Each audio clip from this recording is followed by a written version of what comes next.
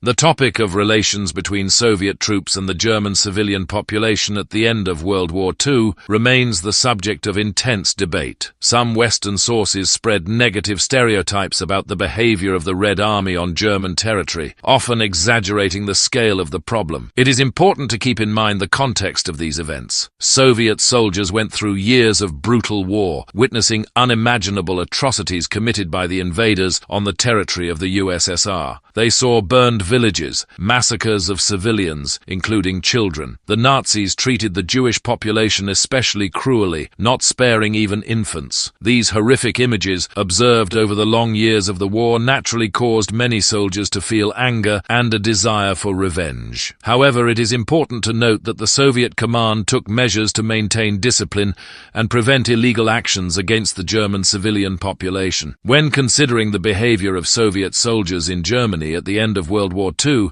it is important to take into account the complex emotional context. Many military personnel have experienced personal tragedies, having lost their families and loved ones as a result of the brutality of the Nazi invaders. Naturally, the feelings of anger and the desire for revenge were strong in many. However, these sentiments cannot be generalized to the entire Red Army. Allegations of massive and widespread abuse of the German civilian population are an exaggeration and distortion of historical facts. It is important to note that the Soviet command took measures to maintain discipline and prevent illegal actions. A striking example of this is Order No. 299, signed by Stalin on January 19, 1945. The document emphasized that soldiers and officers of the Red Army entering enemy territory must show courage and maintain self-control. Special attention was paid to the attitude towards the civilian population. The use of abuse against civilians, regardless of their nationality, whether Germans, Czechs or Poles, was categorically prohibited. The order strictly prohibited sexual relations with the local female population in the conquered territories. For violation of this prohibition, especially for cases of violence, the most severe punishment was provided: execution. Although there have been cases of illegal actions by Soviet soldiers against the German civilian population, their scale has been significantly exaggerated in some sources. Statistics show that such incidents were rare. During the period from April 22 to May 5, 1945, among 908,500 soldiers of the 7 armies of the front, only 124 cases of crimes against German women were recorded, of which 72 were classified as abuse. Eyewitness accounts, such as the story of German actress Ingeborg Bullert, confirm that such incidents did occur. However, they also show that the Soviet command severely punished those responsible. It is interesting to note that cases of violence are more often reported in West Germany than in East Germany. This may be due to the propaganda of the Wehrmacht, which even before the arrival of Soviet troops spread terrifying rumors about the Red Army among the German population, including absurd allegations of cannibalism and abuse. The effectiveness of Nazi propaganda against Soviet troops was astounding, despite its absurdity. Joseph Goebbels, the propaganda minister of the Third Reich, made an entry in his diary on March 2, 1945, where he described Soviet soldiers as steppe animals. He claimed about the massacres in Upper Silesia, allegedly affecting women from 10 to 70 years old, and even suggested that this was done on orders from above. However, after the war, the truth came out. Dr. Werner Naumann, Goebbels' assistant, confessed the true goals of this campaign. Our propaganda about the Russians and what the German population should expect from them in Berlin was so successful that we brought Berliners to a state of extreme horror. Naumann revealed that German citizens were psychologically prepared for the image of a Russian subhuman demon and were ready to believe in any crimes attributed to the Red Army. This tactic of creating panic and terror among the civilian population was a key element of Nazi propaganda